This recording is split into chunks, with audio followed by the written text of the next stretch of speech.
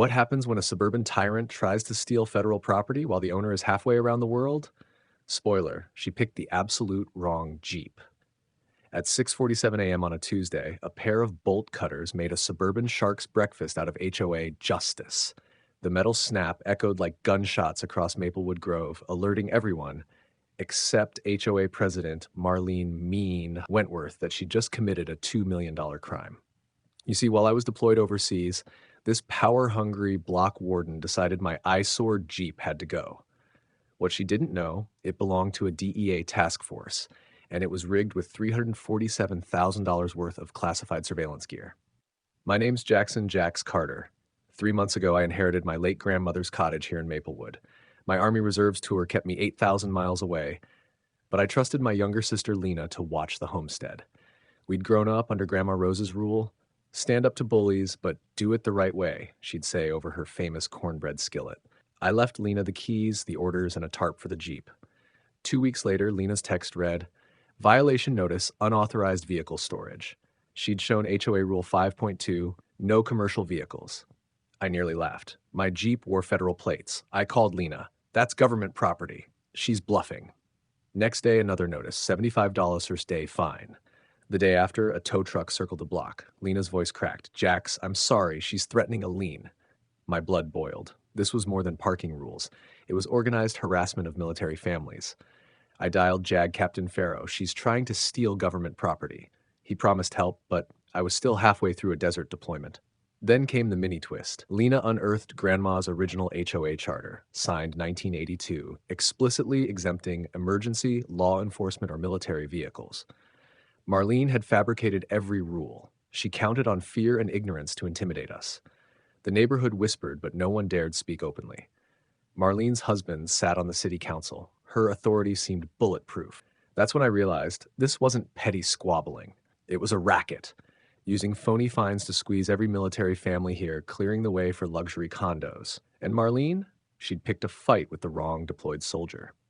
I tightened my boots on that sand, tasted diesel and adrenaline, and prepared my counterstrike. While the sun set behind foreign dunes, Lena mobilized the real world. She gathered every violation notice, time-stamped camera footage, and Grandma's sealed original bylaws. She formed a guerrilla committee, retired veterans, PTA moms, and the Kowalski neighbors, all secretly fed up with Marlene's reign. First, Lena filed an urgent JAG complaint. Within hours, a military liaison flagged Marlene's notices as constitutional harassment under the Service Members Civil Relief Act. Meanwhile, Lena distributed high-resolution screenshots to every neighbor via email and door-to-door flyers. Marlene Wentworth fabricates laws to extort military families. Eyes widened. Loyalty flipped. Marlene panicked.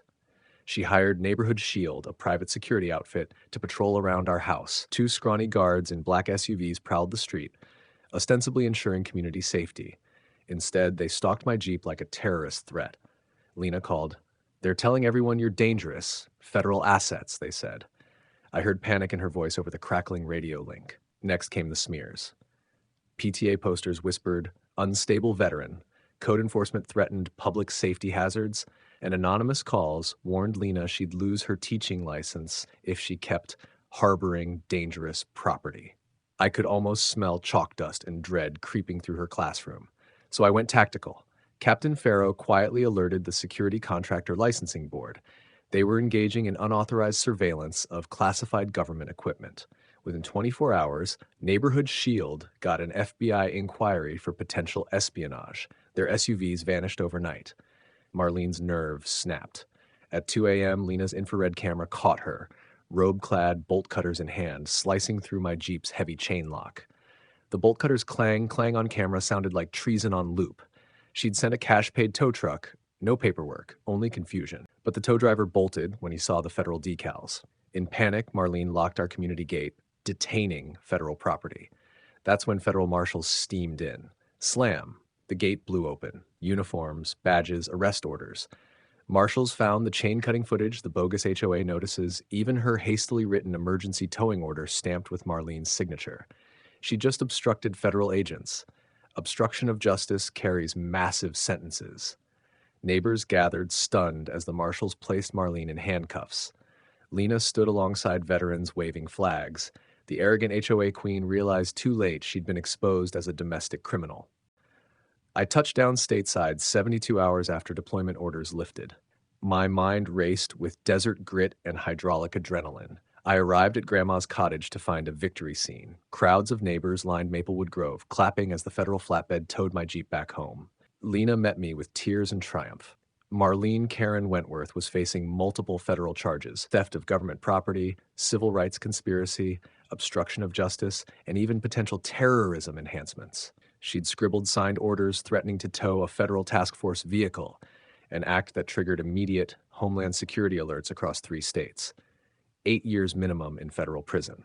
Her husband, Councilman Grant Wentworth, resigned in disgrace after transcripts surfaced of him instructing Marlene how to deal with those whiny military types. Luxury condo deals collapsed, HOA accounts froze, developers backed out when RICO indictments loomed. But justice didn't end in court. Lena spearheaded a residents' recall election to dissolve the HOA board entirely. Voters approved the Maplewood Military Family Safeguard Charter, granting automatic exemption and federal law protection for any service member property. Have you ever faced an HOA Karen? Drop an emoji and your state below, and don't forget to subscribe for more tales of suburban justice. Grandma's porch, the very spot where I learned stand up to bullies, became the community's Freedom Pavilion. A bronze plaque now reads, "In honor of Captain Rose Carter, who taught us courage means following the right path."